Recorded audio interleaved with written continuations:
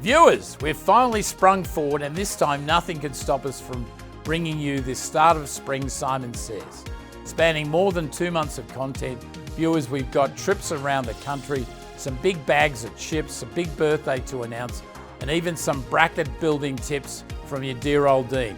It's right here in this several month stack, spirited start of spring, snow stopping St. Paddy's Day, supply chain, 6th annual sales competitions, centennials, and slam dunk serving of Simon Says.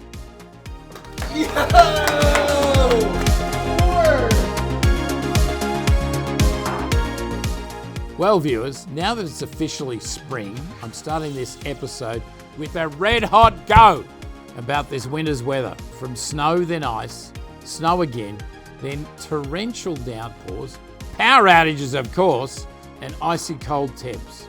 -6 one day in the motor vehicle, it said. Mother Nature certainly kept us from connecting with you for our regularly scheduled February edition of Simon Says. What a tragedy. I'm calling this segment Simon Rants! Despite a few schedule changes, winter truly has sprung forward, giving us a whole semester of March Madness. First up, a February football focused on honesty, integrity and professionalism with our defensive coordinator, Brad White. He also has an extensive background in accounting before his entree into defending the pigskin. This outstanding HIP event tackled ethics in business and hosted around 400 participants, making it a total win. And our 6th annual sales competition was a huge hit. And who doesn't love a bunch of oversized checks? This cornerstone event of the sales program at Gatton gives real-world sales experience to our students and connects them with industry leaders and actual cash prizes.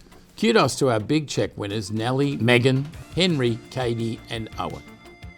And a conference on bourbon, Beam Me Up, and our James B. Beam Institute brought together leading experts in Kentucky's signature industry to discuss trends in the business and tricks of the trade. Cheers to my good Aussie mate, Seth DeBolt. Good on you, mate, and his wonderful team for a spirited event. Moving into March, our Supply Chain Forum and PNC Innovation Summit were both a slam dunk. Huge shout out to our major sponsor, SAS, for helping us make this event such a great success. And to Jake Barr, the head of our advisory panel, thank you again for your wonderful service, sir. And at the PNC Innovation Summit, we welcome several esteemed panelists to discuss their success in startup fundraising. Always a special thanks to PNC for their continued support of this event. Between these two events, we welcome 2 Gatton big bags of chips who are about to make even more headlines, Alicia Reitano from DHL and Silas Deane from VendEngine. And that's a perfect segue to Hall of Fame for one of the most emotional nights of the year. I can't wait for you to meet this year's recipients of our college's top recognition, and you'll definitely want to meet them and be inspired. We roll out the blue carpet on April 9, and be sure to check out a recap in the next epi. And while we're talking about meeting successful alums at the top of their game, it's time for another segment of Where in the World is Simon Sheather? The spring semester has been a buzz.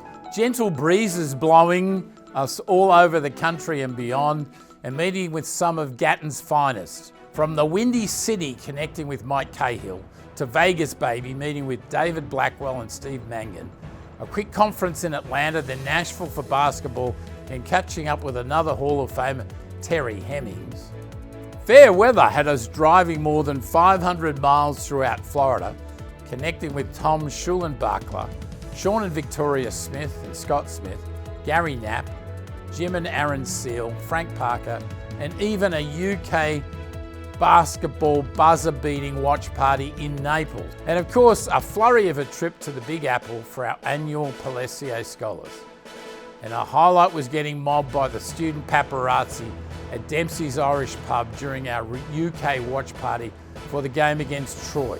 And truly roughing it as Dean, the sun came out at our Business School Deans Conference in Portugal with great wine and good company.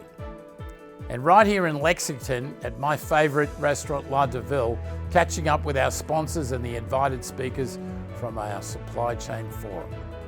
Looking forward to the end of April and early May, travelling to Melbourne where anything is wildly possible. And that brings us right up to March Madness. We're filming this right before the Sweet 16. We hope your brackets are still intact. And we're begging our Pope for a championship win. Go Cats. You know, viewers, I get asked all the time as a quant guy what statistical methodologies I employ when filling out my brackets.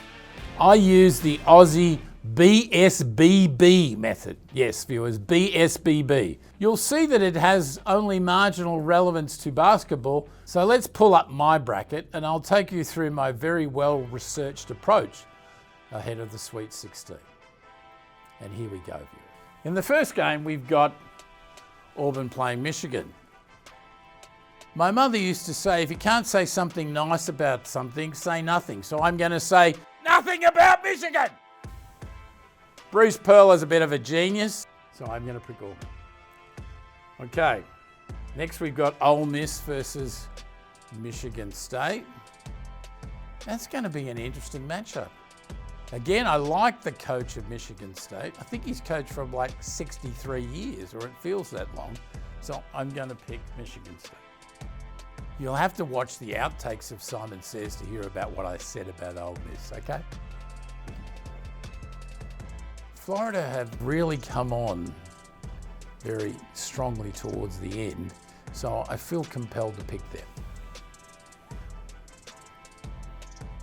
And then on this side of the bracket, we got Texas Tech versus Arkansas. They found that the cheapest place to buy a Toyota used vehicle in the whole of the United States was Lubbock, Texas. But that's got nothing to do with basketball and they're going to get thrashed. So I'm going to pick Arkansas. Moving over to the other side of the screen. Look, this technology is great, but the user of it's not so flashed. We've got that other team in blue. Duke versus Arizona. I respectfully will have to pick Duke there, but I smile when I think that the Wildcats beat Duke at the start of the season. Great win, lads. And then we've got BYU versus Wisconsin. No, BYU versus Alabama. Oh, do I love to talk about the University of Alabama? And I did, but they edited it out. It's really a tragedy. So I'm going to focus on the positive and note that Pope comes from BYU. So I think they're going to have a rather nice win. Next we have Houston versus Purdue. Recently I went to a meeting where the business school dean at Houston was there and he said to me that everybody's moving to Texas. And I said to him, mate, I just moved out of Texas and my only regret is I'm not here to compete with you. So I'm going to pick Purdue. And then the piece de resistance, Kentucky versus Tennessee. Kentucky's beaten Tennessee twice. So I'm predicting an even bigger win the third time. So here we have Kentucky. So then we have Kentucky versus Purdue. The Final Four. It's going to be a close match, but you can't pick against Kentucky. So I'm going to pick Kentucky there. Viewers, I'm not very good at this. There's another game up here somewhere. Duke versus BYU, got to pick Duke. Auburn versus Michigan State. I think, sorry Bruce, I know you're a good man, great recruiter, great citizen of Auburn University, but I think Michigan State are going to win this in a thriller. I'm going to pick Florida over Arkansas. Sorry Cal, mate, it's a brilliant effort. I'm going to pick Florida again and Kentucky. And take this to the bank. You can bet Shiraz, the finest Australian Shiraz, that Kentucky's going to win the national championship. Go Cats. You heard it here first, folks. And instead of betting on this, will you give money to your local charity for me? Okay? And in closing, we have a big birthday to celebrate. Just call me Willard Scott because we're celebrating a centenarian. That's right, viewers. Our beloved Gatton College turns 100 during the 2025-2026 academic year.